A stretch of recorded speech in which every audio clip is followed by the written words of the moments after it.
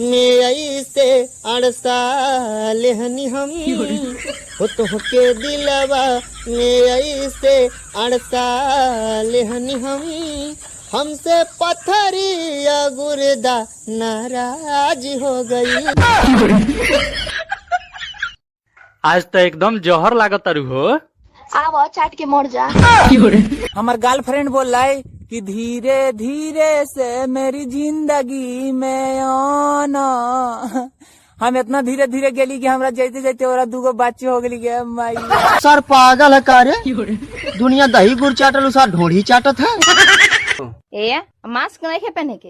अरे सुना ना एगो बात कहे के बा। का कहे के बा? पूरा गांव महला बिना मास्क के निकलते नहीं खे। आ इनका तो कुछ बुझाई के ना बा। का कहत रह? कह। मैं तुमसे प्यार करता हूँ। झूठ, बिल्कुल झूठ। शर्म आती है मुझे अपने आप पर कि मैंने तुम जैसे दोगले आदमी से प्यार किया। ये तो वक्त ही बताएगा कि तुमने क्या प्यार किया और हमने क्या प्यार किया। झूठ, तुमने कभी प्यार किया ही नहीं। तुमने सिर्फ मुझे धोखा दिया है। मैंने प्यार नहीं किया। मैंने तो फिर ये बंदूक मेरे हाथों में किसने थमा दी? मेरे ही प्यार ने।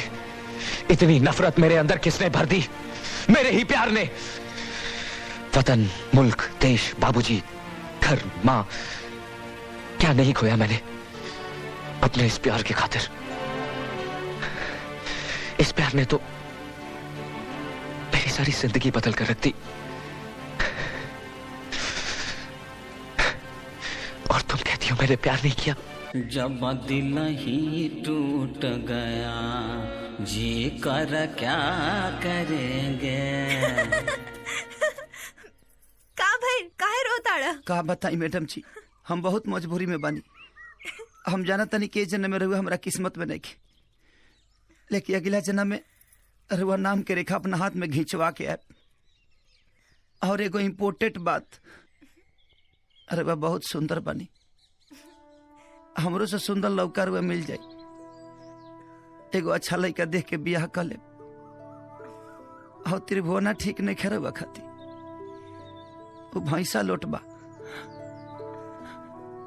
का भाई काहे दुखी होता नहीं मैडम जी? हमके पता बा कि रउआ हमरा से प्यार करे लगल बानी। अरे ना ना, ऐसन बात नहीं खे। तो जे भी बाड़ा, जैसन भी बाड़ा, ना जाने का है तोरा साथे बात करे में हमरा बहुत अच्छा लागत रहे।